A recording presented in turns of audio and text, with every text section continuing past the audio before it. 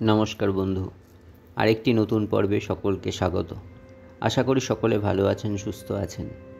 ভগবান শ্রীকৃষ্ণের আশীর্বাদ পেতে কমেন্ট বক্সে অবশ্যই লিখুন জয় শ্রীকৃষ্ণ।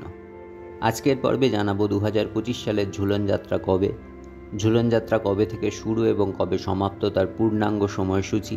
সাথে জানাবো এই সময় রাধা ও কৃষ্ণের পুজো কীভাবে করবেন, অর্থাৎ বাড়িতে পুজো করার পদ্ধতি, এবং ভগবান কৃষ্ণের আশীর্বাদ লাভ করতে কি কি করবেন, এই সকল বিষয়। তাই ভিডিওটি সম্পূর্ণ দেখতে থাকুন, আর চ্যানেলে নতুন বন্ধু হলে চ্যানেলটি সাবস্ক্রাইব করতে ভুলবেন না। তাহলে চলুন মূল ভিডিও শুরু করি। জয় রাধা কৃষ্ণ।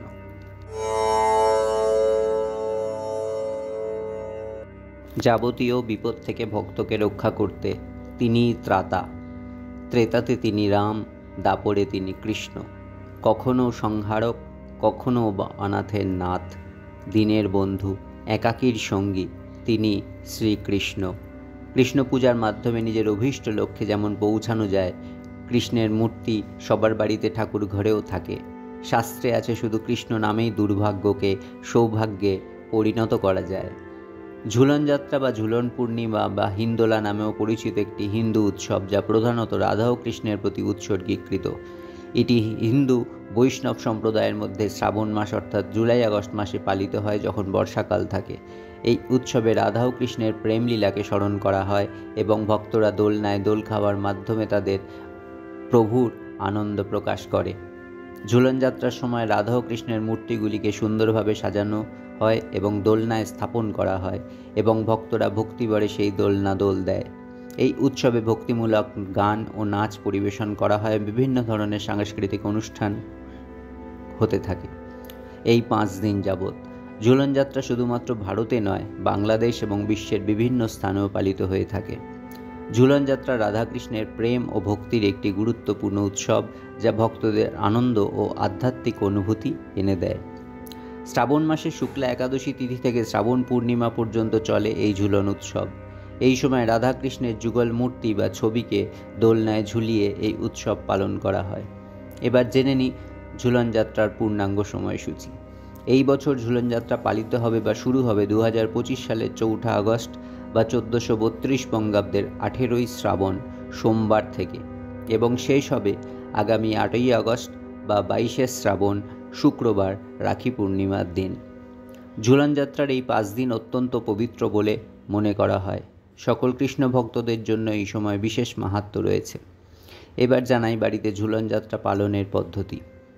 একটি সুন্দর সিংহাসনে বা দোলনায় রাধাকৃষ্ণের মূর্তি বা পট স্থাপন করুন। মূর্তি বা পট বা ছবিকে ফুল, মালা এবং নতুন বস্ত্র দিয়ে সাজান। হলুদ ফুল নিবেদন করুন, হলুদ বস্ত্র নিবেদন করুন। পূজার স্থানটি পরিষ্কার পরিচ্ছন্ন করে প্রদীপ ধূপকাঠি জ্বালান। রাধাকৃষ্ণের পছন্দের ভোগ যেমন পায়েস, ক্ষীর, মালপোয়া, ফল, মিষ্টি ইত্যাদি প্রস্তুত করুন, নিবেদন করুন। প্রথমে ওম রাধাকৃষ্ণায় নমঃ মন্ত্র জপ করে পূজা শুরু করুন। এরপর ফুল, ফল, মিষ্টি ও অন্যান্য নৈবেদ্য রাধাকৃষ্ণের চরণে নিবেদন করুন। তুলসী পাতা নিবেদন করুন নৈবেদ্যের মধ্যে এবং পানীয় জলে। ধূপ প্রদীপ দেখিয়ে আরতি করুন। ভক্তিভরে রাধাকৃষ্ণের মন্ত্র জপ করুন এবং তাদের লীলা কীর্তন করুন। হরে কৃষ্ণ কৃষ্ণ কৃষ্ণ হরে হরে, হরে রাম রাম রাম হরে হরে মহামন্ত্র জপ করা অত্যন্ত শুভ। পূজা শেষে সকলের মধ্যে প্রসাদ বিতরণ করুন। ঝুলন যাত্রা ভগবান কৃষ্ণের আশীর্বাদ লাভ করতে কি কি করবেন? এই দিনে উপবাস করা শুভ বলে মনে করা হয়। সম্ভব হলে উপবাস করুন এবং ভক্তিভরে ভগবানের নাম জপ করুন। বাড়িতে একটি দোলনা সুন্দর করে সাজিয়ে তার মধ্যে রাধাকৃষ্ণের মূর্তি বা ছবি রেখে পুজো করা উচিত। ঝুলন যাত্রার সময় রাধাকৃষ্ণকে হলুদ ফুল ও হলুদ বস্ত্র নিবেদন করা শুভ বলে মনে করা হয়। ওম নমঃ ভগবতে বাসুদেবায় এই মন্ত্রটি জপ করুন, অথবা আপনার পছন্দের যে কোনো কৃষ্ণ মন্ত্র জপ করুন সারাদিন। এই 5 দিন বা এই 5 দিনের যে কোনো দিন বাড়িতে গীতা পাঠ করা ভীষণ শুভ বলে মনে করা হয়।